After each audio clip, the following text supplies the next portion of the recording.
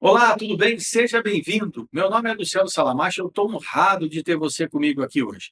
Basicamente, a gente vai falar sobre uma metodologia chamada Matriz Stake-Hand. A Matriz Stake-Hand eu tive a honra de poder ter criado e eu vou te contar com calma, daqui a pouquinho, os fundamentos neurocientíficos, todo o processo de pesquisa para chegar até essa matriz. Esse evento está tendo a honra de ser patrocinado pelo SEBRAE, o Serviço de Apoio às Pequenas e Médias Empresas no Brasil, que tem uma finalidade fundamental para o crescimento econômico do nosso país, mas mais que isso. Sebrae ele consegue atingir não apenas o pequeno empreendedor, mas aquela pessoa que muitas vezes está trabalhando na pequena empresa ou que está numa grande empresa, está pensando, tem um embrião, tem uma ideia aí para poder começar um dia a ser um empreendedor, tá certo? Esse evento vai estar sendo apresentado para você com uma fundamentação da matriz. Eu vou te trazer aqui alguns conhecimentos sobre neurociência, vou te dar dicas práticas para você aplicar essa matriz e, no final, ainda te dou os caminhos para você desdobrá-la no seu dia a dia, aplicar amanhã mesmo na sua atividade, ok? Nesse circuito, a gente está tendo uma atividade de incentivo de divulgar esse conhecimento em algumas cidades, em especial no Brasil, cidades que foram selecionadas pela sua pujança, pela sua característica. Então, hoje, eu quero dar um abraço especial para você da Serra Gaúcha, em especial de Bento Gonçalves, pô, cidade que eu gosto, eu tenho grandes amigos aí, uma parceria sensacional entre a ESIC Internacional e a Proamb, onde a gente tem um MBA chamado Neuroestratégia e Pensamento Transversal, e que hoje, nesse nosso encontro, eu quero aprofundar um pouco mais sobre a matriz Stake-Hand. Um grande abraço para vocês. Além disso, você que está nos assistindo agora e que está em outra parte do Brasil, seja bem-vindo. Se você quiser assistir de novo, é nosso convidado. Se você quiser compartilhar com alguém, não esquece, clica aqui, segue o nosso portal aqui no YouTube, Salamacha Oficial, me segue nas redes sociais, tem muito material de graça para você. E como eu falei, nós temos aqui o patrocínio do SEBRAE. Então, para a gente começar, eu gostaria de te convidar para analisar comigo um pouco o quanto o SEBRAE tem feito pelo nosso país, tem incentivado o pequeno empreendedor e tem feito transformações importantes. Tem um vídeo aí para a gente assistir sobre isso. Vamos lá? Ei, você que tem umas ideias na cabeça para o seu negócio, o SEBRAE tem um recado. Ei, ei, estamos aí pro que der e vier. Ei, ei, Estamos aí. pro que der e vier. Estamos aí pelo site, pelo app, pelo zap, pelo 0800 e estamos aí também pessoalmente. Sempre que quiser trocar umas ideias sobre o seu negócio, conte com a gente. Precisou? Estamos aí pro que der e vier. SEBRAE. Dá orgulho de ver o que o SEBRAE pode e faz pelo nosso país, não é mesmo? E agora, eu queria que a gente começasse o nosso evento para você entender um pouquinho a matriz Stake-Hand e por que ela está conectada com o SEBRAE. Nada melhor do que o Enio, que é o gerente de relacionamento do SEBRAE, nos dizer por que essa metodologia é importante, como ela tem aderência com os propósitos do SEBRAE. Vamos ver? Olá, SEBRAE. SEBRAE tem por missão incentivar, apoiar, fomentar o empreendedorismo em todo o território nacional. O nosso propósito é transformar os pequenos negócios em protagonista do nosso desenvolvimento econômico. E para isso, a gente tem uma atuação muito organizada em 3 grandes vetores. O primeiro, de mais visibilidade, é a questão de atuar como uma grande consultoria, estimulando a gestão e levando técnicas gerenciais para os negócios estabelecidos e orientando os primeiros passos para os candidatos a empresário na implantação de novos empreendimentos. Um segundo vetor, tão relevante quanto, é da articulação entre os grandes players na implementação de políticas públicas que criem um ambiente saudável aos pequenos empreendimentos. E por fim, mas não menos relevante, é a questão da educação empreendedora. É cuidar do empreendedor do amanhã, o empreendedor do futuro. A gente leva conteúdo e disciplinas de empreendedorismo para o ensino fundamental e médio de todo o nosso país. Bom, desejo a você que tire muito proveito da metodologia com a qual você terá contato agora. Ela é absolutamente complementar, é absolutamente convergente a toda a atuação do SEBRAE. Sucesso para você nos seus negócios. Obrigado, Enio, obrigado pela confiança do SEBRAE, pela sua confiança nesse trabalho. E agora a gente vai efetivamente para o conteúdo dessa noite. Nós vamos começar falando da matriz Stake-Hand. Uma pergunta que muita gente me faz é: por que essa matriz está em inglês? Essa é uma pergunta interessante, né? Porque Stake-Hand, né, o poder nas suas mãos, a força nas suas mãos, a firmeza nas suas mãos, é uma adaptação para que nós, brasileiros, comecemos a trabalhar os nossos conceitos, as nossas metodologias, não apenas olhando para o nosso país, mas principalmente nós temos que ter orgulho da aplicação das nossas metodologias em todo o planeta, em outros países. Essa metodologia já foi e está sendo aplicada em outros países. E por isso que, na hora de colocar esse nome, eu procurei estabelecer um nome que pudesse ser igual no resto do mundo. Agora, o nome não vai fazer com que a metodologia gere resultados para você. O que vai fazer essa metodologia gerar resultados para você é você entender a base neurocientífica que está por trás dela.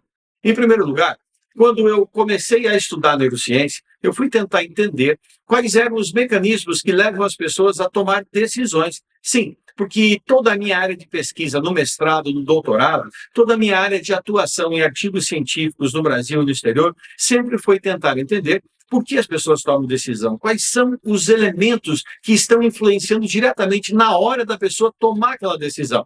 Um ponto muito legal para que eu e você comecemos a estabelecer conceitos aqui é o seguinte: tudo que a gente faz antes de tomar a decisão, a gente pode chamar de estudo, de prospecção, de análise, de a ponderação de variáveis, matriz de risco, tudo aquilo que a gente faz em termos de pesquisa, de observação do mercado para poder tomar uma decisão. De outro lado, tudo aquilo que a gente faz depois de tomar uma decisão é execução, é transformar aquilo que nós decidimos num bom planejamento, colocar aquilo em prática no nosso dia, acompanhar com indicadores para ver se a gente está atingindo aquela performance que era tão desejada. Logo, você entendeu que o ponto-chave é a decisão. Na neurociência, a gente aprende principalmente o poder das emoções nas nossas decisões diárias. E aí, se você quiser se aprofundar um pouquinho nisso, eu te convido a analisar aqui no meu canal do YouTube, no Salamacha Oficial. Você vai ter muito material totalmente gratuito para você se aprofundar a respeito das emoções básicas do ser humano. Mas o principal, todas as nossas decisões são emocionais. É isso mesmo. Eu e você, na maioria do nosso cotidiano, portanto, na maioria das decisões que eu e você tomamos a cada segundo, a cada minuto da nossa vida, nós somos muito mais influenciados pelas nossas emoções do que pela racionalidade. De uma forma muito simples, muito tranquila, eu poderia diferenciar isso para você usando o Divertidamente, esse filme que saiu agora recentemente, a nova versão, a versão 2 do filme, que fala justamente das emoções básicas do ser humano. Essas emoções, elas estão compondo, elas temperam a nossa racionalidade. E tenha certeza de uma coisa: as emoções vêm muito antes da nossa consciência. Portanto, as emoções são despertadas no nosso inconsciente. É ali, sem que a gente perceba, que emoções estão sendo despertadas, como a alegria, a tristeza, a raiva, o medo, o nojo ou desprezo, a surpresa e outras que o filme traz aqui como subdivisões que são muito mais ligadas a um roteiro de cinema do que propriamente as pesquisas científicas. Mas o que interessa para eu e você nesse momento é assumirmos, portanto, constatarmos. Não é uma questão de eu e você aceitarmos ou não. Isso acontece na nossa mente, independentemente de eu e você querermos. Nossas decisões são influenciadas pelo nosso estado emocional. Logo, eu querendo ou não querendo, eu tenho que aceitar que isso faz parte da fisiologia humana.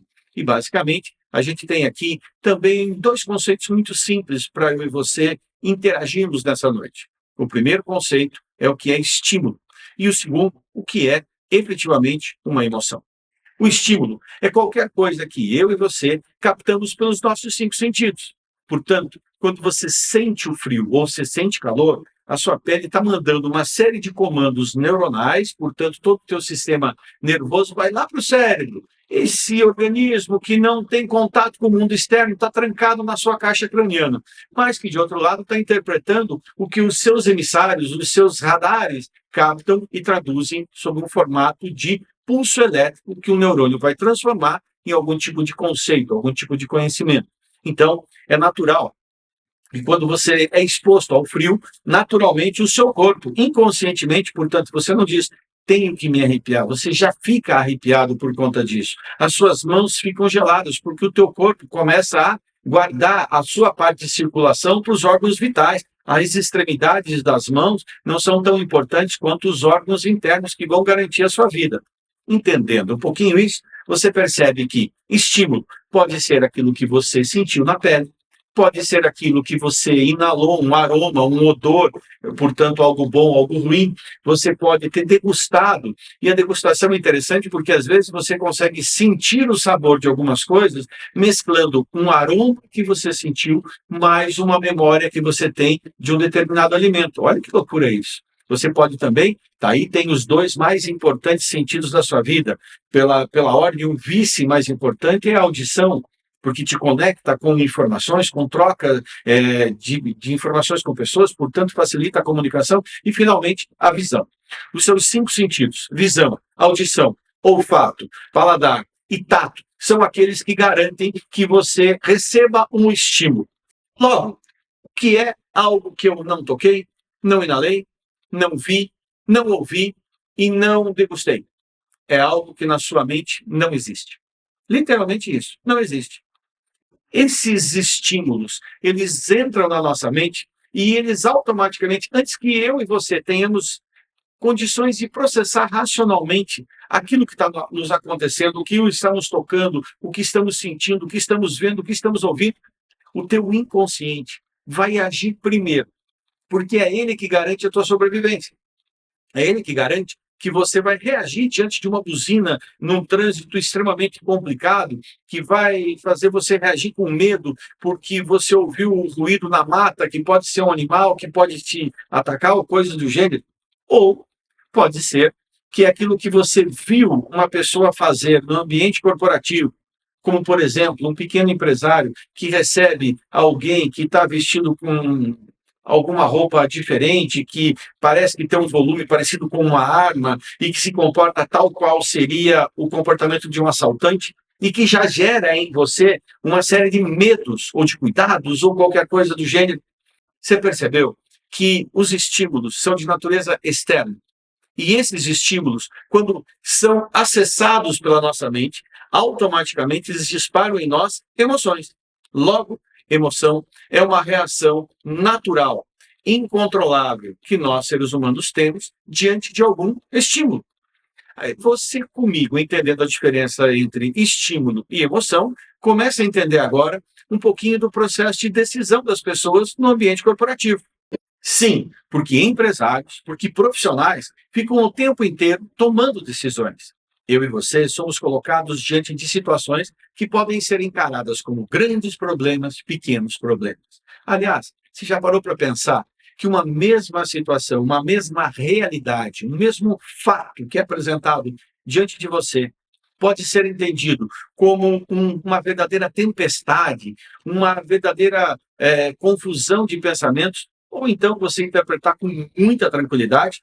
É o seu quadro emocional, é a maneira pela qual a sua mente está gerenciando as suas emoções que vai determinar se você vai estar menos ou mais aceitando aquela situação, menos ou mais repelindo aquela situação, menos ou mais ficando irritado, com raiva daquela situação.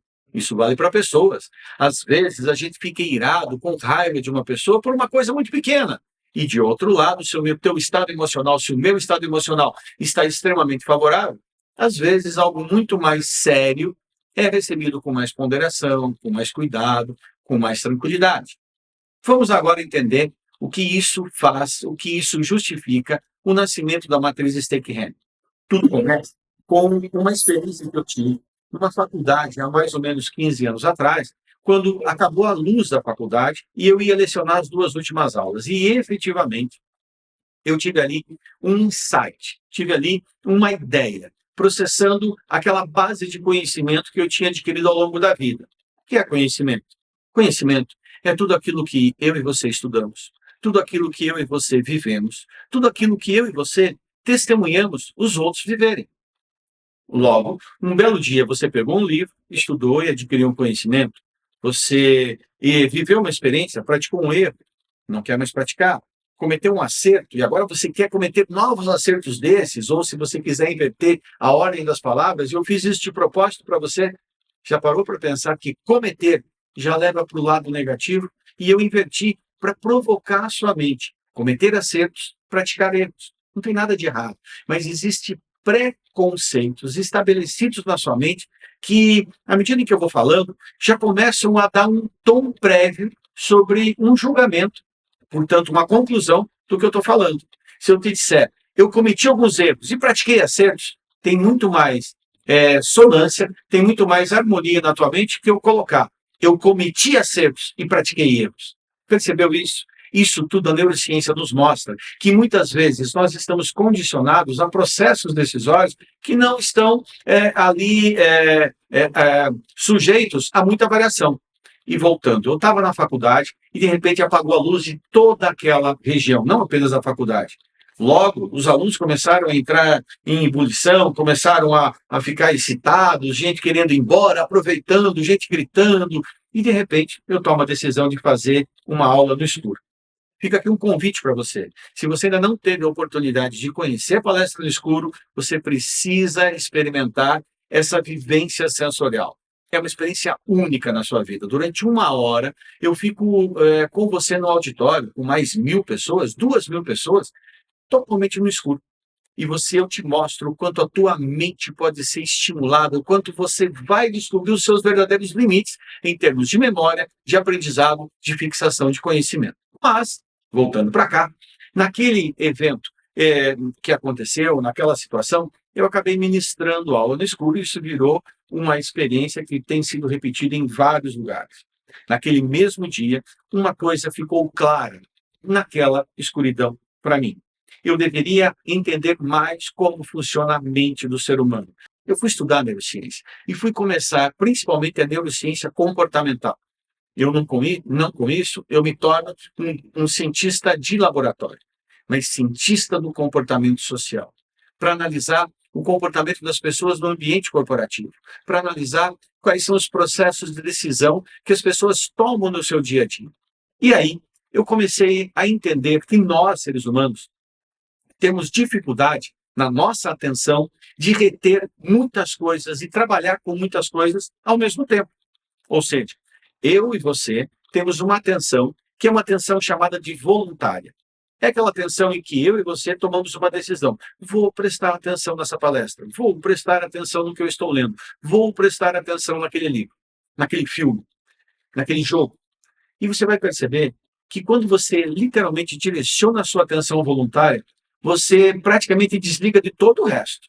Você tem dificuldades de conversar com alguém prestando atenção numa leitura, conversar com alguém prestando atenção, sei lá, num jogo de futebol. A atenção involuntária é aquela que o teu sistema automático, portanto, o teu inconsciente, coordena e processa com grande qualidade. Eu gosto sempre de citar o seguinte exemplo. Uma mãe está ali fazendo o jantar para a sua família, a TV está ligada, ela está assistindo um filme, uma novela, de repente toca o celular, ela coloca para falar com alguém e tem uma criança no berço que faz um barulhinho ali, um gemido muito comum. E a mãe está muito tranquila, e a criança geme e todo mundo olha e a mãe está tranquila. De repente, a criança faz um barulho diferente. E esse barulho diferente faz com que a mãe desperte do nada. Mas não é porque a atenção voluntária dela estava ligada nisso. A atenção involuntária estava ligada nisso. Você já parou para pensar agora a força que eu e você podemos ter quando a gente coloca a nossa atenção voluntária para agir, para atingir um determinado objetivo, para resolver um problema, mas, ao mesmo tempo, usa mecanismos para que a nossa atenção involuntária seja o tempo inteiro lembrada de não perder o foco. Aí nasce a metodologia da matriz Steichen. Nasce aqui uma fundamentação muito simples, perto do que foi necessário estudar para poder desenvolver Steichen em relação aos fundamentos neurocientíficos de estruturar uma matriz dessa natureza. Você está vendo aí no vídeo que a matriz Steichen é a apresentação da palma da sua mão, de uma mão. Até mesmo para chegar a esse desenho, um grande parceiro meu foi muito competente para chegar a esse formato, a essa afinidade, que não parecesse algo frio, que não parecesse algo artificial que desse identidade para as pessoas. Nós, seres humanos, precisamos nos identificar com as ideias, precisamos nos identificar com os propósitos. Opa, tem aqui uma grande dica para você que é empreendedor. Se você quer ter uma equipe efetivamente que luta ao seu lado, que briga pelos mesmos objetivos que você, que almeja os mesmos resultados que você, essas pessoas têm que se identificar com esses objetivos, com esses resultados. Se essas pessoas não perceberem que há emoções positivas naquele esforço para atingir os resultados, cumprir os objetivos, tenha certeza, não vai rolar. Olha só, a matriz Stake-Hand começa com uma interpretação muito simples da sua mão. Então aqui eu peço que você comece a interpretar comigo a palma da sua mão. A nossa palma da mão tem, em primeiro lugar, um conjunto de sensores muito mais afinados com o teu sistema nervoso. Você tem uma alta sensibilidade na palma da sua mão. Se você observar, a palma da sua mão, ela consegue se contrair e expandir com grande facilidade. Ou seja, se tem algo que pode afetar a palma da sua mão, ela se fecha. Se, de outro lado, você se sente seguro para ter relações verdadeiras, então a tua sensibilidade está aflorada. A palma da sua mão eu costumo apresentar como seu eu verdadeiro. Ou seja, essa aqui é a tua imagem verdadeira. Não aquela que você apresenta para os seus amigos, que você coloca nas redes sociais, mas essa que você interage comigo aqui e que, se eu te encontro ali na rua, será da mesma maneira. Que os teus amigos, as pessoas íntimas de você dirão, não, essa pessoa é literalmente assim. O teu eu verdadeiro, ele te demonstra claramente que você tem vários traços, várias linhas, que também podem ser utilizadas lá pelos ciganos, como a linha da vida. Tem pessoas que se dedicam a fazer leituras sobre essas linhas. O que interessa aqui para nós é outra coisa. É o quanto você, quando pega um espelho, por exemplo, você segura o espelho assim, e é a sua palma da mão que está direcionada para você. É ali que você se identifica. Logo, eu e você, num processo da matriz Stake-Hand, temos que nos preocupar em libertar toda essa sensibilidade para entender como nós efetivamente estamos. Se eu não estou bem, eu me fecho, mas eu posso me abrir a novas ideias, eu posso ser sensível a problemas que os outros apresentam. De outro lado, as costas da sua mão, se você observar, ela é muito menos sensível, ela é mais áspera, ela é mais rugosa, ela tem menos terminais nervosos para te dar sinais, diferentemente daqui. Quer um exemplo? Quando você já deve ter tido a experiência de experimentar ser cozinheiro por um dia. Todo cozinheiro, um dia, vai cortar a sua mão. Quando você corta a digital do seu dedo, já parou para pensar o quanto aquilo incomoda, quanto aquilo arde? Bem diferente das costas da sua mão. Sensibilidades diferentes. Você, verdadeiro, tem muito mais sensibilidade. E o empreendedor, quando é sensível ao que está acontecendo no ambiente, tem ideias que podem fazer a diferença. Tal qual um professor um dia, que quando toda a luz da faculdade acabou e todo mundo foi embora, ele ficou e deu aula. E com isso, eu publiquei artigos científicos no Brasil e no exterior e já fiz essa palestra no Brasil e no exterior para muitas pessoas.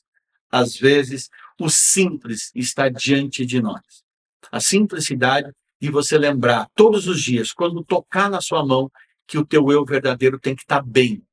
Ele tem que ter ali as marcas do teu esforço, mas não as feridas por você não ter respeitado o teu esforço. As costas da sua mão representam o teu eu social, aquele eu que você mostra, portanto, no ambiente de trabalho. Tanto é que, se você observar, quando você quer afastar as pessoas, você diz, sai daqui. É o teu eu verdadeiro que diz, não quero conexão com você. Mas quando você quer cumprimentar alguém, olha que legal, um aperto de mão é o teu eu verdadeiro cumprimentando o eu verdadeiro do outro. Empresas dependem muito de relacionamentos. Relacionamentos significa que há uma recíproca entre as partes. Guarda isso. Um relacionamento dentro do ambiente de trabalho só existe quando há recíproca. Isso vale para a sua vida amorosa, para o teu relacionamento com o namorado, marido, filhos e o que for, ao mesmo tempo no ambiente corporativo. Empresas terão a dedicação dos seus colaboradores na medida em que a verdade, o eu verdadeiro se toca com o eu verdadeiro, e quando há relacionamento, quando há recíproca, quando as pessoas elas estão uma ajudando a outra, uma colaborando com a outra, uma apoiando a outra, uma socorrendo a outra. Logo, relacionamentos se constroem a partir do meu eu verdadeiro. E amizades, relacionamentos formais, colegas de trabalho, e não amigos de trabalho, colegas de trabalho, a gente usa o nosso eu social. Aquele ditado que todo mundo já ouviu falar. Quanto menos pessoas sabem, menos pessoas estão prontas para atrapalhar os seus planos. Já escutou alguma coisa parecida com isso? Na verdade, quanto menos souberem, menos podem atrapalhar. Isso vale para aqueles colegas que você se relaciona com o eu social. Porém, quem gosta de você, quem conhece você de verdade, vai torcer pelo teu sucesso. E aí, esse é o primeiro fundamento da matriz Steinheim. Construa relacionamentos baseadas no seu eu verdadeiro. Logo, guarda baixa é a palavra. Logo, trocas. Logo, recíproca é a palavra-chave para você sustentar relacionamentos. Se você entendeu comigo isso, agora fica fácil de a gente voltar e entender um pouquinho da finalidade de cada um dos dedos da mão, claro, lá na matriz Steinheim. Em primeiro lugar, a gente vai começar a analisar e a estabelecer um elemento que na psicologia é chamado de fixação mnemônica. É quando eu atribuo um significado a mais para um determinado objeto, ou para um determinado órgão do corpo, para uma determinada parte do seu corpo, um membro superior. E aí você faz com que cada vez que você tocar nele, você resgata uma ideia fundamental. É por isso que a matriz Steinheim ela foi baseada em 5 elementos. Esses 5 elementos foram pesquisados e eu tentei sintetizar um pouco das minhas pesquisas em 5 palavras, 5 comandos, 5 conceitos que, se você aplicar apenas 5, eles serão poderosos na sua vida. Aqui eu quero que você recorde comigo o que já falei anteriormente. A nossa mente, a nossa atenção voluntária, ela não consegue trabalhar com muitas coisas ao mesmo tempo.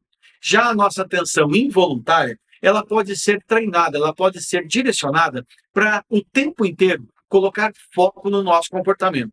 E se tem uma coisa que eu tenho certeza que você o tempo inteiro desvia a sua atenção, é para a sua mão. Você está teclando, você está cumprimentando, você está... efetivamente, você precisa dos seus dedos para poder se conectar com o mundo. Logo, se eu conseguisse estabelecer esses conceitos e fixar de uma maneira que por vários gatilhos você lembre deles, tenha certeza. A tua forma de atingir objetivos e de resolver problemas ganharia muita potência. Tudo que a gente começa agora é entender como que eu estruturo uma matriz Steinheim. Primeiro passo, eu vou no meu eu verdadeiro e coloco um problema que eu quero resolver. Que problema você quer resolver? Lembre-se que problema pode ser algo que te incomoda, pode ser algo que te impede de atingir um resultado pleno. Exemplo, eu tenho um problema porque eu não consigo me concentrar o suficiente. Então, é um problema que me incomoda. Ou eu, por mais que me esforce, não atinjo todas as metas que eu tenho o objetivo de atingir. Logo, não é um incômodo, mas te dá um grau de insatisfação. Aí você aplica a matriz Steinheim, pegando e colocando na palma da mão, num canvas, eu estou te mostrando agora aí na tela. Nesse canvas você vê que está escrito ali, coloque aqui o seu problema. Você percebeu que, como qualquer metodologia, você pode aplicar a matriz Steinheim para mais de um problema. Você pode, por exemplo, experimentar, girar a matriz Steinheim várias vezes para problemas diferentes, situações diferentes. E aí um detalhe, não interessa se as pessoas dizem para você que aquilo que você quer resolver, aquela situação, é um problema grande ou é pequeno. Para você, ela tem relevância suficiente para aplicar a matriz, então seja feliz e aplique. Agora, eu começo a explicar o primeiro dedo, que é esse dedo aqui, o seu polegar. Se você observar, abrindo a sua mão, o polegar parece aquele irmão que é diferente de todos os outros irmãos da mão. Parece que esses aqui vêm da mesma família, mas esse aqui, por algum motivo, ele é diferente. O polegar eu chamo de força de vontade. E observe que força de vontade é aquilo que diz se você está bem ou se você está mal. Logo, nós muitas vezes estamos bem porque queremos estar bem.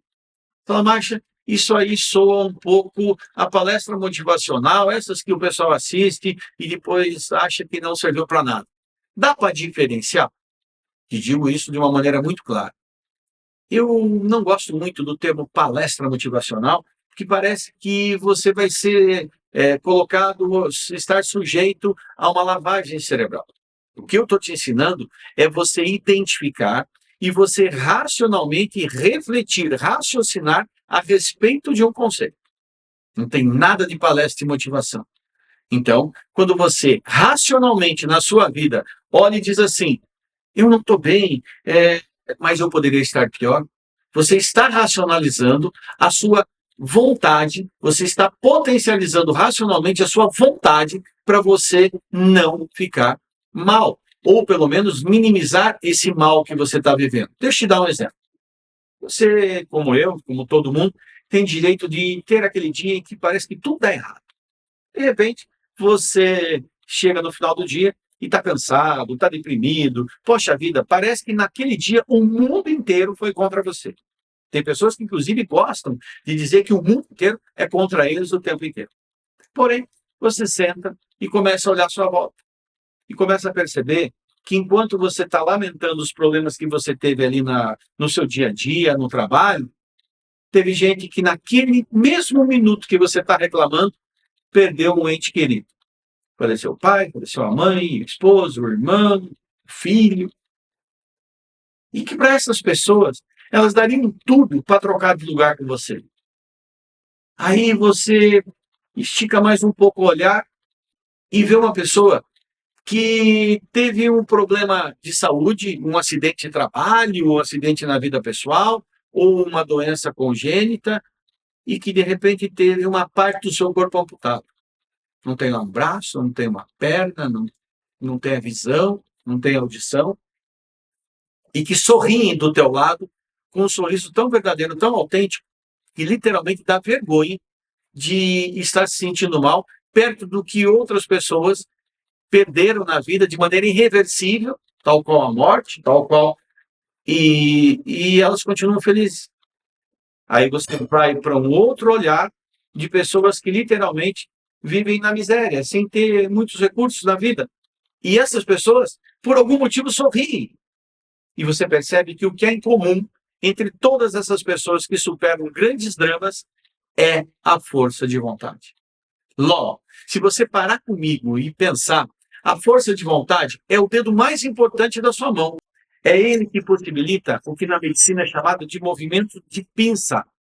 É a força de vontade, é o polegar que permite que você tenha habilidades para você fazer uma série de movimentos e segurar uma série de coisas que você quer.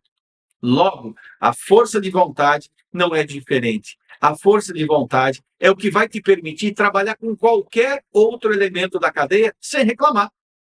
Já parou para pensar quantas pessoas reclamam das suas dificuldades no dia a dia? Quantas pessoas reclamam que tem cliente chato, que tem colega chato, que tem fornecedor chato, enfim, o que for? Se você observar, muitas vezes, a maneira pela qual a gente quer interpretar as situações vai mudar o nosso comportamento. Você deve estar pensando, força de vontade está mais ligado ao meu lado racional, ao meu lado emocional. Olha que pergunta boa. Vamos começar a pensar a respeito disso? O meu lado racional sempre chega depois. Esse é um detalhe importante. A emoção sempre chega primeiro. Sempre você diz assim racionalmente, eu não devo ficar com raiva disso, mas é que você já está com raiva. Primeiro surge a raiva, depois surge a racionalidade tentando te segurar. E a força de vontade é você estimular um estado emocional ainda que usando elementos de racionalidade. É repetir para você mesmo, porque o nome disso é condicionamento mental. Toda vez que eu e você praticamos um exercício físico, uma corrida, a gente vai ganhando performance. E a gente agora vai indo muito bem. Eu e você aprendemos a dirigir, e lá no começo a gente estava todo inseguro. Hoje a gente dirige e nem pensa direito no que está fazendo, do ponto de vista de movimentos automáticos. Isso é condicionamento mental. Eu e você temos que condicionar a nossa mente para ter a força de vontade em alta. Força de vontade é a vontade que eu tenho com muita força. É por isso que quando você faz uma carteira de identidade, você coloca esta marca. O teu polegar é a tua força de vontade, a sua marca pessoal. No ambiente da Stake Hand, cada vez que você tem um problema, como por exemplo, nós precisamos melhorar o faturamento da nossa equipe, você tem que fazer algumas perguntas para a sua equipe. Nós queremos realmente aumentar esse faturamento? Nós queremos realmente ser as pessoas que vão aumentar esse faturamento? Porque às vezes o pessoal quer, mas não quer ser o agente da transformação, da mudança. Ele quer que as coisas aconteçam. Ele quer que os clientes venham atrás. Ele quer o fato, mas não quer fazer o ato. Se liga comigo. Força de vontade é aquela força que a gente tem e que nos move a praticar atitudes, nem sempre nos melhores momentos, mas que nos deixam firmes no nosso propósito.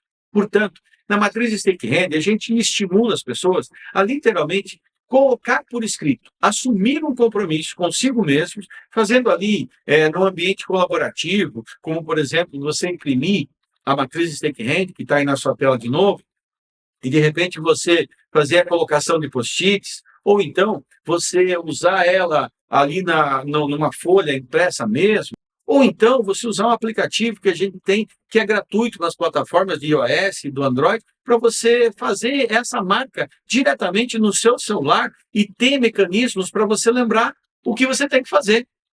Olha que interessante. É condicionar o seu cérebro sobre por que você realmente quer aquilo. É sim um estímulo de natureza emocional. E lembre-se, as suas decisões no dia a dia para contornar problemas vão depender da sua força de vontade. Quanto mais você querer superar, quanto mais você quiser enfrentar os desafios, menos você vai fugir, menos você vai ter medo, portanto, menos você vai ter insegurança achando que não é capaz de fazer algo.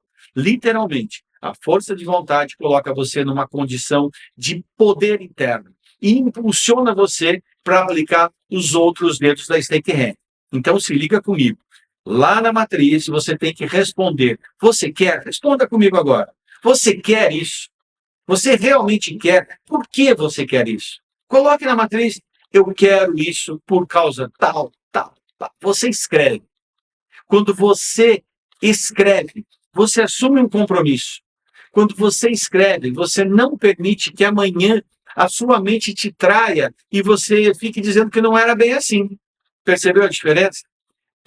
Essa é uma síntese desse dedo chamado força de vontade na sua vida. E agora a gente vai para esse dedo aqui. Já parou para pensar que toda vez que você está numa reunião e quer dar uma opinião, você não ergue esse dedo aqui, você diz se você está bem, não está bem. Você confirma com as pessoas, você se une com as pessoas, estabelece relacionamentos com esse dedo. Agora, quando você está numa reunião, você levanta esse dedo aqui, que é o dedo do conhecimento. Guarda bem isso. Força de vontade, conhecimento. E aí, você começa a perceber que quando nós, no mundo corporativo, lá nas empresas, você quer ter um novo empreendimento, você tem uma ideia de repente, abrir um novo empreendimento, uma lavanderia, uma cafeteria, uma brigaderia, ou qualquer outro tipo de segmento, uma indústria, para fabricar algum tipo de produto, enfim, o que você quiser. Em todos os casos, a força de vontade é o que move o empreendedor a literalmente dar o primeiro passo, a sair daquela inércia e arriscar um pouco na sua vida. Então, a gente sabe o quanto o empreendedorismo requer, portanto, tem necessidade da força de vontade. Mas tem muitos empreendedores que, por falta de conhecimento, não sabem o caminho que devem seguir. É isso mesmo. Se você observar, é o conhecimento que direciona a sua vida. É o conhecimento que diz, olha, vá por aqui, vá por ali. É o conhecimento que te une às pessoas. É o mesmo conhecimento que, algumas vezes, usado com arrogância, afasta as pessoas de você. Deixa eu te dar um exemplo. Quando você quer ser arrogante com alguém, ou quando você lembra de pessoas que são arrogantes, pessoas que têm conhecimento. Elas dizem, você não pode fazer isso, você vai para lá, você vai para cá. Está vendo o eu social dessa pessoa aqui? Ele é completamente inflexível. Ele simplesmente determina o que você deve fazer. Agora, quando você usa o conhecimento de verdade, você vira a tua palma da mão e só tem uma coisa que você faz com o conhecimento. Você aproxima as pessoas de você. O conhecimento aproxima você dos resultados e do sucesso. O conhecimento fortalece a força de vontade. O conhecimento é o irmão de toda a hora da força de vontade. Se você observar, a gente poderia fazer uma metáfora aqui para diferenciar dois tipos de conhecimento que transitam na sua vida o tempo inteiro. como se eu pudesse partir o seu dedo do meio e dissesse que metade do seu dedo significa o conhecimento formal, aquele conhecimento que a gente adquire nos livros, nos estudos, aquele que está literalmente transcrito, ele está estruturado para você. Mas tem um outro conhecimento, que é o conhecimento chamado tácito, que é aquilo que não está escrito em lugar nenhum, mas que eu e você, a cada segundo, vamos acumulando na nossa mente e vamos fazendo o que é chamado lá na academia de curva da experiência. A curva da experiência é quando eu e você começamos a nos tornar hábeis ao realizar determinadas tarefas, porque a gente, de tanto acertar, de tanto errar, ou de tanto ver os outros acertarem ou errarem, ou de tanto estudar, então eu pego o conhecimento formal e o conhecimento tácito, um dos dois, e eles estabelecem em você muito mais capacidade de tomar decisão, muito mais capacidade de analisar uma situação, muito mais capacidade de dizer sim ou de dizer não, principalmente de indicar que caminho você deve seguir. Agora, olha só, tem gente que tem força de vontade. Quando não tem conhecimento, fica difícil pegar as coisas, fica difícil trazer os objetivos para si. Tem gente que tem conhecimento, mas por não ter a força de vontade suficiente, desperdiça o conhecimento. Não usa esse conhecimento como ele realmente poderia fazer. Aí, na matriz Stake-Rank, o que a gente faz? A gente coloca lá em primeiro lugar, na força de vontade, por que eu quero isso? O que exatamente eu quero? Quais são os elementos que me levam a ter essa vontade e para que me lembrem que quando eu estiver esmorecendo essa vontade, eu resgate esses conhecimentos, eu resgate esses gatilhos mentais que eu racionalmente construí para que eu não esmoreça, para que eu não baixe a minha vontade de vencer, de fazer acontecer. E, de outro lado, eu coloco na matriz que conhecimentos eu tenho e que eu tenho que utilizá-los como uma fortaleza. Aquilo que me diferencia dos demais, mas também o conhecimento que eu não tenho e que preciso adquirir. Você percebeu que no dedo do conhecimento, na aba, na vertente do conhecimento, eu e você estamos fazendo uma espécie de uma avaliação de tudo aquilo que eu sei e que eu tenho que aproveitar e daquilo que eu não sei e que, de outro lado, eu preciso adquirir, eu preciso aprender. Pessoas autocríticas, muitas vezes, não enxergam o quanto elas já conhecem. Elas se preocupam muito mais em ficar dizendo, porque eu devia saber, devia fazer aquilo, devia saber aquilo. Elas sempre se destroem. Fica comigo agora e presta atenção. Enxergue diante de você uma gangorra. Portanto, algo que é inversamente proporcional. De um lado, você tem uma coisa chamada insegurança. De outro lado, você tem uma coisa chamada autoestima. Vamos entender o que é cada uma delas? Autoestima é aquela habilidade que você tem, aquela emoção positiva que você tem quando olha no espelho. Quando você reconhece que, independentemente de você conhecer muito ou pouco, de você ter tido muitas ou poucas oportunidades na vida, mas você se orgulha de quem você é. Você acredita no seu potencial. Pessoas com autoestima alta são pessoas extremamente confiantes, pessoas que encaram desafios, que assumem risco. Empreendedores têm autoestima elevada. Agora, se a minha autoestima está alta, o que está baixa? A insegurança. E a insegurança é a gente achar que não vai conseguir realizar uma tarefa. A minha autoestima está legal, mas quando a minha autoestima está caindo, a insegurança sobe. Percebeu agora? A insegurança é você achar que não vai dar conta de uma atividade, que você é fake, que você não é capaz de realizar alguma coisa, que as coisas boas só os outros que são capazes, que você não é capaz. Então se ligue comigo agora. O conhecimento exige que você conheça mais quem é você, tudo aquilo de bom que você tem e, ao mesmo tempo, aquilo que você precisa melhorar. Esse blend, esse mix, essa mistura, portanto, ele vai fazer com que você escreva na matriz não apenas alguns pontos que você precisa desenvolver, mas outros pontos que você precisa lembrar que você é bom e detém esse conhecimento. É assim, usando o conhecimento e usando a sua força de vontade, olha só, pega o seu conhecimento, pega a sua força de vontade, junta os dois.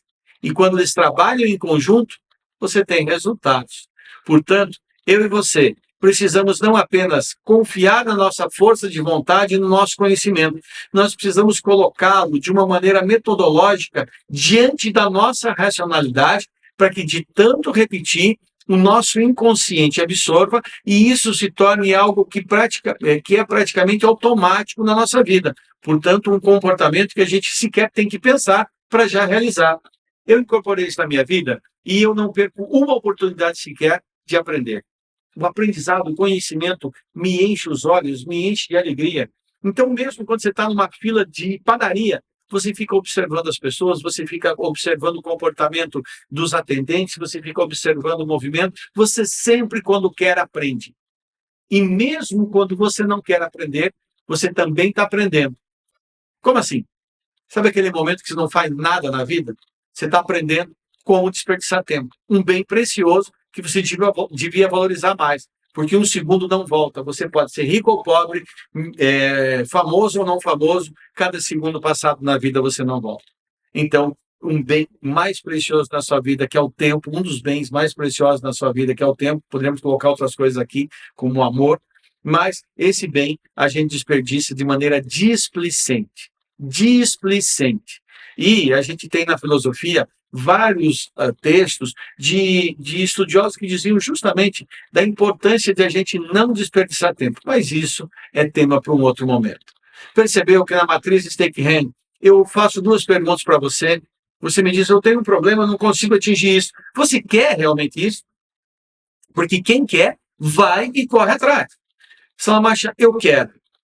Mas então você conhece o suficiente para poder desempenhar favoravelmente, atingir os seus resultados? Ou será que você não está contando que está sabendo mais do que a conta? Ou não está aproveitando todo esse conhecimento que você tem?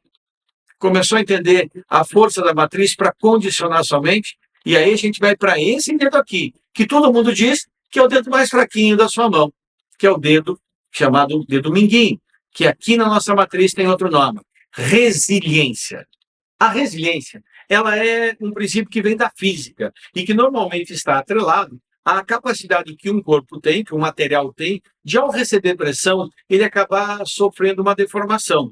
Um exemplo extremamente simples, você pega um copo plástico e começa a apertar esse copo. Naturalmente, a pressão externa vai fazer com que esse copo se deforme. Mas se a pressão for razoável, se a pressão for suportável para o copo, o que vai acontecer quando você retirar sua mão? O copo volta à sua condição original. Portanto, o copo suportou a pressão e conseguiu retornar ao seu estágio natural.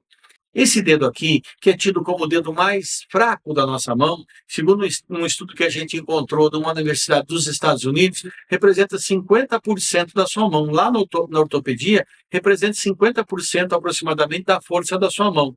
Já parou para pensar? Quando você vai pegar uma sacola, uma mala, que esse é o primeiro dedo que toca? Já parou para pensar que quando você está pendurado numa barra, se segurando em alguma coisa, esse dedo aqui é um dos que mais te dão apoio, mais te dão firmeza para você segurar aquela pressão?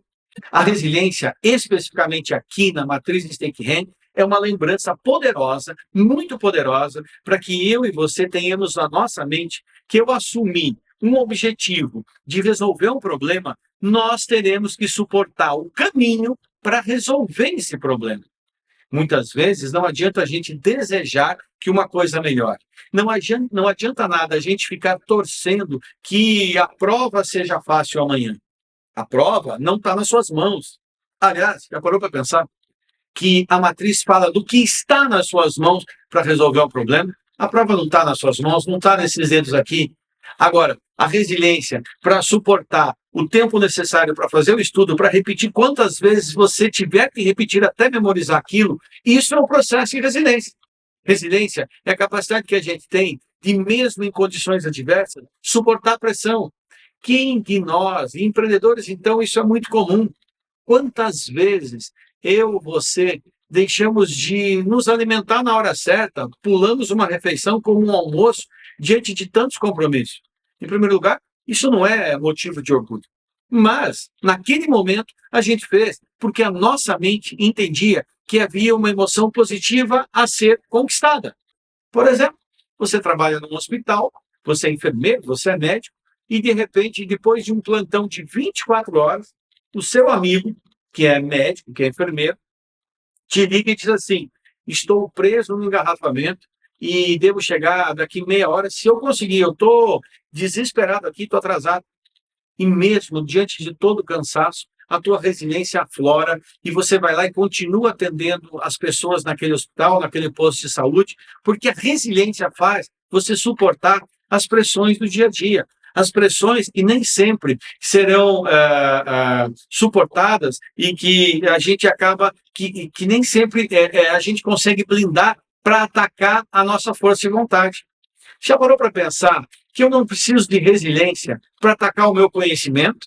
Já parou para pensar que conhecimento é muito mais racional, enquanto a emoção é muito mais emocional? Já parou para pensar que nessa matriz você tem emoção e razão, dois elementos vivendo um ao lado do outro, e quando você junta aqui, você junta conhecimento e você junta força e vontade, você é preciso. A força está nesses 3 dedos, a precisão está nesses 2 dedos. Você passa um fio na agulha com esses 2 dedos. A precisão está aqui. É com esses dedos que você segura uma caneta para escrever o seu futuro. Esse é o ponto. E a resiliência é a sua capacidade de fazer um pacto consigo mesmo, de suportar aquele caminho que nem sempre vai ser um caminho de glamour, um caminho de coisas fáceis. Quantas vezes na sua vida você já recebeu um não? Quantas vezes na sua vida você teve a tua força de vontade afetada pelo não que você recebeu?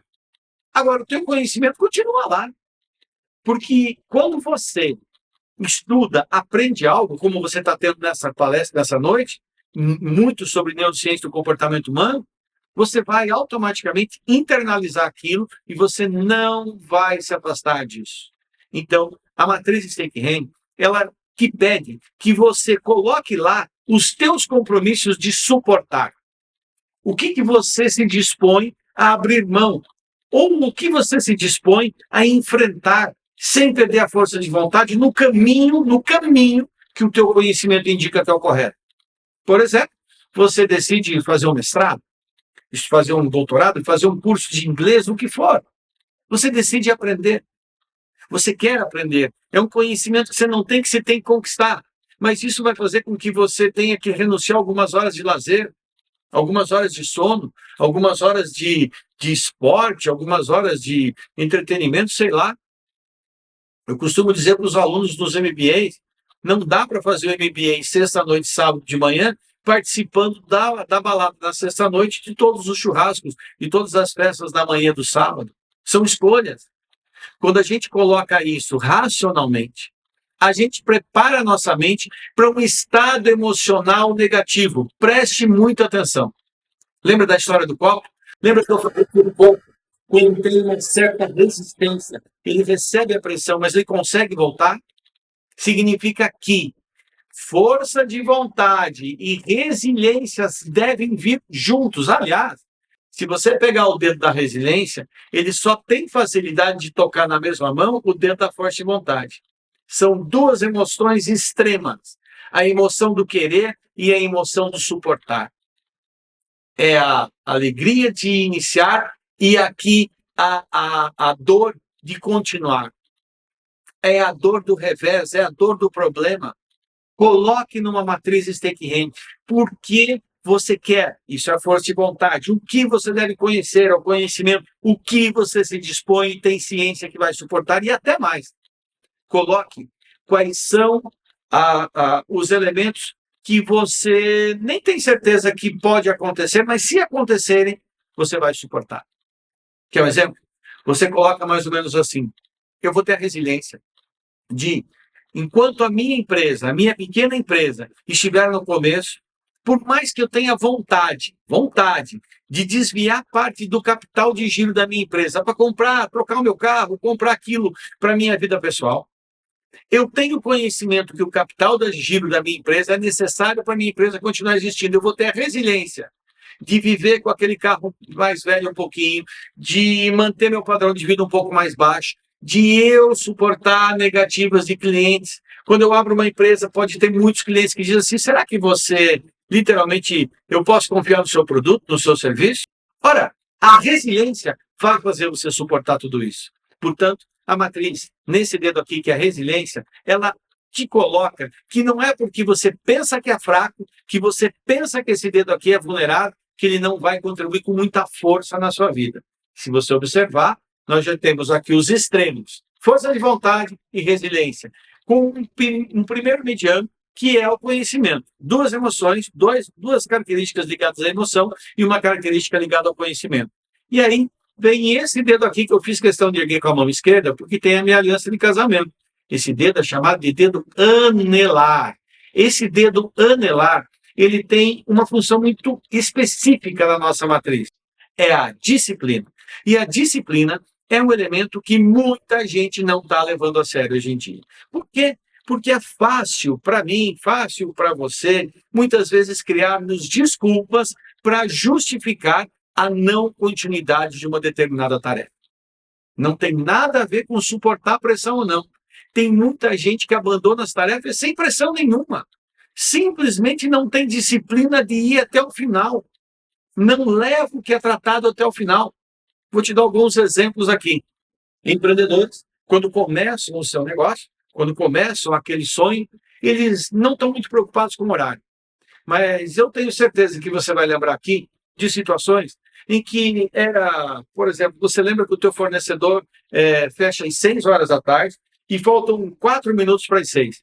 E você corre porque você precisa daquele produto, você precisa, sei lá, fazer um concerto, qualquer coisa assim, você está saindo em viagem, e quando você chega lá, falta 1 minuto, e aquele empreendedor achou que faltando 1 minuto não tinha mais ninguém, fechou as portas antes, e mais do que perder uma venda, perdeu um cliente para sempre, porque te mandou para o teu concorrente. Às vezes você tem um estabelecimento que, quando não tem disciplina, ele começa a tratar os clientes que são reincidentes, que, portanto, vêm sempre, de uma maneira folgada. Mais ou menos aquele restaurante que, quando chega um cliente novo, o garçom tem toda a pompa, toda a postura para atender aquela pessoa que entra no restaurante pela primeira vez. O dono do restaurante vem perguntar se está tudo bem. O cozinheiro é capaz, do chefe de cozinha é capaz de sair lá de dentro para perguntar se está tudo bem. Mas tem lá o seu Manuel, o seu Joaquim, o seu João, a dona Maria, a dona Joana, aqueles clientes que vêm toda semana, em que o garçom já não se importa muito. O cliente, de repente, o seu Manuel e a dona Joana, um casal, sempre pedem o mesmo prato. Mas naquele dia, um deles falou para o outro, vamos dar uma variada hoje, vamos dar uma olhada no cardápio. E o garçom, achando que já sabe demais, acha que tem conhecimento demais, não tem uma vontade de ser um grande garçom, a resiliência dele pode estar inabalada, ele suporta. Mas ele não tem disciplina de oferecer o cardápio da mesma maneira. Ele quer atalhar a vida. Ele não tem a disciplina de fazer os procedimentos. De repente, ele chega e diz, bom, é o mesmo prato de sempre, né? Tá tudo bem. A gente até pensou, não, mas então tá bom, vocês querem com má vontade. Aí o casal pede um outro prato, porque eles queriam realmente trocar o prato. E, de repente, era um prato que era peixe, e o prato é servido e a senhora diz, olha, eu sempre como carne, mas hoje aqui é peixe, o talher não é... Poxa, é verdade, me desculpe. Disciplina zero. Disciplina, pessoal, é o que faz um profissional atingir resultados, atingir metas, cumprir objetivos. É a disciplina que nos faz continuar todos os processos até o final. Uma vez, eu escutei de uma pessoa algo que eu me apaixonei por essa resposta. Literalmente, eu me apaixonei. Eu cheguei para um profissional que me disse o seguinte, olha, eu tenho como meta organizar tudo isso aqui. E eu quero entregar para o meu cliente, porque eu acho que esse cliente merece. Eu quero entregar, pegando uma escala de 0 a 100, ele quer fazer os 100 propósitos, os 100 tópicos ali para ficar perfeito o embrulho, presente, sei lá o quê. Aí, uma pessoa chega e diz assim, ei, mas vem cá, o cliente não, você nunca prometeu o número 100 para o cliente. Se você fizer do jeito que você já fez aqui, o cliente nunca vai perceber, ele não sabe. Aliás, ele vai dar de presente para outra pessoa. Sei lá, um presente de casamento. E a pessoa respondeu assim, olha, eu sei que o cliente não vai saber, eu sei que a pessoa que ganhar o presente do cliente não vai saber, mas a minha consciência sabe que eu não fiz tudo aquilo que eu devo fazer. E contra a minha consciência, eu não consigo vencer. Porque, neurocientificamente, com, vem do latim, significa junto. Ciência é conhecimento. É o que nos difere dos outros animais sobre a face da Terra.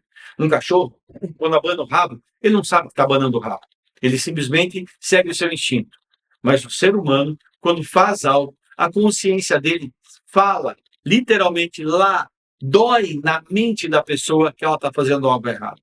É claro que tem pessoas que são hábeis em criar desculpas, em fazer o chamado auto-engano. E a matriz Steinhart, ela vai de encontro a esse auto-engano. Porque à medida em que você formaliza, portanto, coloca por escrito quais são os elementos que você determina para garantir a sua força de vontade, por que você quer e o que você tem que fazer para não perder sua força de vontade, que conhecimento você já domina que tem que ser explorado, que conhecimento que você tem que adquirir, que você se propõe a suportar e quais são os pesos que você acha que está disposto a encarar e que você tem que se preparar para encarar também. Você não sai fazendo uma maratona sem se preparar para a pressão, para o frio, para o calor, sei lá. Você tem que ter um preparo com a roupa certa, com a alimentação certa, enfim. Da mesma maneira, a resiliência precisa desse apoio. E aí, você vai para a disciplina. A disciplina é você literalmente condicionar sua mente, criando um pacto por escrito do que você se compromete a fazer até o final. Eu poderia dar inúmeros exemplos. Tem, inclusive, um humorista, um programa de humor, que dizia assim, para tirar 10, qual é isso? E ele acabava com tudo que tinha feito. Era mais ou menos assim a cena. Se eu não me engano, era o Chico Anísio, né? Ele perguntava na escolinha do professor Raimundo. Então, ele perguntava algo complexo, ele não respondia. Perguntava mais algo complexo, respondia tudo. Ele dizia, agora para tirar 10. E isso? E o aluno arrebentava. O que o aluno teve? Não teve disciplina de ser sério até o final, de ter concentração até o final. Entenda comigo isso. Não adianta você querer ter conhecimento suficiente e achar que o resultado vem. O resultado não vem quando a disciplina e a resiliência não estão do seu lado, por isso que elas são irmãs. E eu te disse que emoção está ligada à força de vontade, emoção está ligada à resiliência, conhecimento está ligado à racionalidade e disciplina, à racionalidade. A gente aprende a ser disciplinado, a gente aprende a seguir regras. Pessoas disciplinadas respeitam regras, conhecem regras. Pessoas disciplinadas não saem fazendo as coisas sem pelo menos entender isso pode fazer, isso não pode fazer, é assim que se faz. Muitas vezes você tem numa empresa uma pessoa que site de busca e conhecimento. Ela não precisa conhecer. O senhor me diz o que se quer, eu quero emprego. O senhor me diz o que é, que eu vou lá e pesquiso no Google. E o que tem hoje de orientação positiva, mas de muita orientação errada, faz com que a pessoa, por não conhecer, vai cometer um erro. Aí você chega e diz, mas você não viu que estava errado? Eu até tinha vontade de dizer, mas eu achei que não, porque eu não tenho muito conhecimento e também eu estou aqui para suportar, né? Mas você teve a disciplina de fazer as perguntas certas. Guarda isso. A disciplina nos leva a fazer perguntas. Então, coloque lá na matriz Steinhart o que você deve lembrar que é fundamental para você atingir o seu resultado. Muitas vezes, lá na área da estratégia, isso é chamado de fatores críticos de sucesso. Crítico aqui como algo imprescindível, fundamental, indispensável. Os fatores indispensáveis para o seu sucesso. Então, se eu quero ser um cara que vai matar, vai fazer literalmente as melhores vendas, matar a pau, como se diz por aí nas vendas, eu conheço e eu vou estudar muito sobre os produtos, eu vou suportar todos os nãos que os clientes me disserem, todos os dias em que tiver frio, que tiver chovendo, eu vou lá e vou continuar. Porém, que disciplina eu vou ter para reestudar os produtos, para interpretar os clientes, para fazer a lição de casa? Eu conheço gente que adora fazer uma atividade e na hora de terminar não termina esse. Então, entenda. Disciplina, sim, é o irmão da resiliência. Eu tenho aqui emoção, aqui na resiliência, e disciplina na racionalidade. Emoção na força de vontade e racionalidade no conhecimento. Agora, vamos para um fecho da matriz? Eu tenho aqui, pego a minha mão e eu tiro a força de vontade, o conhecimento, a resiliência e a disciplina. Sobrou um dedo? É sobre ele que eu quero que você compreenda agora. No começo de conversa, Você já se viu numa reunião em que você está sendo contrariado, está sendo desafiado, um colega seu está falando algumas coisas que você não está gostando e você faz isso aqui por baixo da mesa para ele? Ou quando você está no trânsito e alguém fecha o seu carro, quase bate no seu carro, você faz isso aqui para a pessoa? Entenda, além disso aqui ter um símbolo extremamente complexo do ponto de vista pejorativo, ele também é o pai de todos na relação. Enxerga isso aqui, ó. É o dedo mais importante, porque é o primeiro a tocar qualquer situação. É o dedo do planejamento. Então, na brincadeira, você diz para a pessoa, planeje sua manobra, planeje o que você fala numa reunião. Planejamento é a capacidade que a gente tem de ordenar todas as nossas decisões. Lembra lá do começo da nossa palestra, quando eu disse para você que tudo que você faz antes de uma decisão é prospecção, estudo, análise, avaliação, tudo que você faz depois da decisão é a execução, e a execução exige planejamento. Logo, na matriz Steinke-Hennig, quando você tem um problema, você decide o que você quer, você decide que conhecimento você deve buscar, você decide o que vai suportar e decide o que você tem que fazer ali, o que você vai levar até o final. E o teu planejamento, se você ainda quer pegar as suas falanges do dedo, você coloca planejamento de curto, médio e longo prazo. Você tem que ter na sua vida, na sua empresa, coisas que você tem que atingir nos próximos 30, 60, até 90 dias. Entenda isso. Planejamento de curto prazo. Quais são os alvos? Quais são os indicadores? Quais são as métricas para você saber que você atingiu os teus objetivos nos próximos 90 dias? Um segundo conjunto de objetivos é um conjunto de objetivos que você vai pegar de médio prazo, de 90 dias até 360 dias. Então, você vai pegar de 3 meses a 1 ano, que é um prazo médio, para dizer o que eu preciso atingir. O que é que eu tenho que fazer depois dos 90, quando eu atingir aqueles indicadores mais próximos, mais micro, e aquilo que eu começo a estender. Então, teu planejamento sai da tua base e diz assim, olha, para eu resolver o problema das minhas metas, de cara, eu preciso fazer uma visita a uma série de clientes aqui que estão não atendidos bem, que eu nem visitei, ou qualquer coisa do gênero, novos clientes. Depois, no médio prazo, eu tenho que estabelecer regras de relacionamento. Lembra que eu falei tanto do relacionamento? O relacionamento é a nossa capacidade de estabelecer recíproca. O relacionamento, ele se dá pela recíproca. Não esqueça disso. Logo, eu tenho que estabelecer contatos com as pessoas, eu tenho que estabelecer mais-valia para as pessoas. Um bom atendimento é fundamental, uma boa informação é fundamental, um respeito sobre a vida do cliente é fundamental, um respeito sobre a vida da pessoa é fundamental. Aí, quando você estabelece os teus alvos de médio prazo, você diz assim, além de visitar essas pessoas, eu preciso criar um ecossistema que fale bem da minha empresa, que fale bem de mim profissional, que me indique para outros clientes. E no longo prazo, coisas que você tem que atingir além dos 360 dias.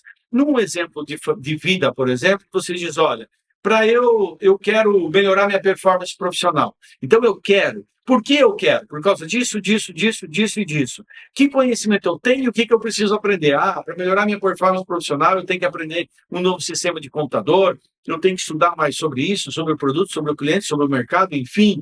Eu vou suportar ter muitas vezes nãos, muitas vezes insucessos, muitas vezes negativas, muitas vezes barreiras, dificuldades, empecilhos, e eu vou ter disciplina de 2 horas por dia, estudar tudo isso, e o meu planejamento é que nos próximos 90 dias eu seja capaz de fazer algumas estruturas, de 90 até 120 dias eu já me torne um expert nisso, e depois dos 90 aos 360, e depois dos 360, depois de 1 ano, eu serei capaz de me aperfeiçoar, de conquistar novos patamares, de estudar outras coisas que sem dominar isso bem eu não consigo ir adiante.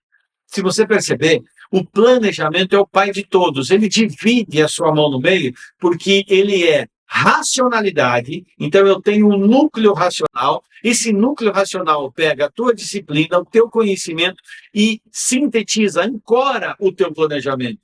Planejamento sem conhecimento é vulnerabilidade, planejamento sem disciplina é inexecução, é não execução, portanto.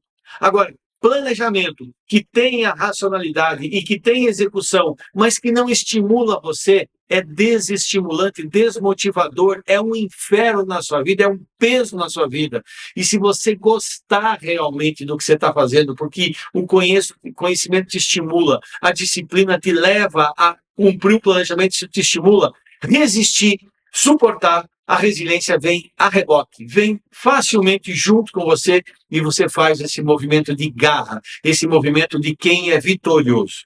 Você entendeu a força da matriz Stake-Hand? Então eu quero fazer um convite para você. A partir de agora, pesquise mais sobre a matriz Stake-Hand. Tem muito material aí de graça aqui no Salamacho Oficial no YouTube, nas demais redes sociais. Além disso, você pode baixar o aplicativo Stake-Hand, que está disponível para Android, para a iOS, né, o iPhone, para você usar esse mecanismo. Você pode pegar o aplicativo e programar ali recorrências, lembranças daquelas frases que você colocou. Você pode fazer o download, a gente está colocando aqui também na descrição do vídeo, o download da matriz Stake-Hand para você poder ter mais acesso. Quer conhecer mais? Assista, procure, eu tenho vários eventos abertos aí, procure vivenciar a palestra no escuro. Ela é sensacional, ela mexe com as pessoas e leva as pessoas a uma maneira diferente de pensar e agir. Você não tem noção o quanto nos processos de mudança das empresas, essa palestra no escuro, ela é um divisor de águas, porque ela estimula as pessoas. Por exemplo,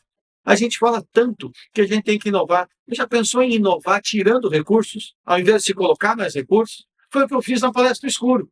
E isso, ele me levou a partir do momento em que eu queria fazer uma boa aula. Eu queria realmente ajudar os meus alunos.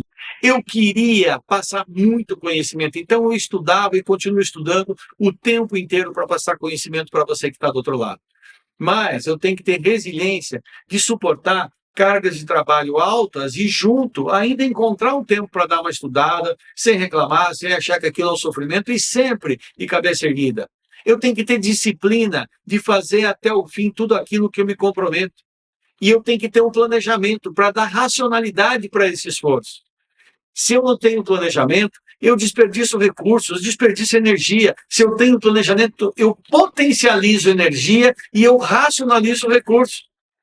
Então, meu querido, minha querida, eu quero agradecer muito a você que esteve comigo aqui, a sua cidade, pela acolhida. Esse evento é um evento que foi direcionado para algumas cidades, aqui no apoio do Sebrae. Quero agradecer muito ao Sebrae. E para a gente encerrar, eu convido você a me acompanhar nas redes sociais, faça os seus comentários aqui no nosso chat, que a gente está respondendo, toda a minha equipe está junto com você aí. E te agradeço muito, até a próxima, se Deus quiser. Fica aqui o vídeo do nosso parceiro de hoje e espero que de sempre do Sebrae. Uma grande semana para você, um grande mês, uma grande trajetória profissional, seja no seu empreendedorismo, seja na sua carreira. Legal? Obrigado mais uma vez, fica com Deus, até a próxima! Ei, você que tem umas ideias na cabeça para o seu negócio, o Sebrae tem um recado. Estamos aí pro que der e vier. Ei, ei. Estamos aí. Pro que der e vier. Estamos aí pelo site, pelo app, pelo zap, pelo 0800 e estamos aí também pessoalmente. Sempre que quiser trocar umas ideias sobre o seu negócio, conte com a gente. Precisou? Estamos aí pro que der e vier. Sebrae.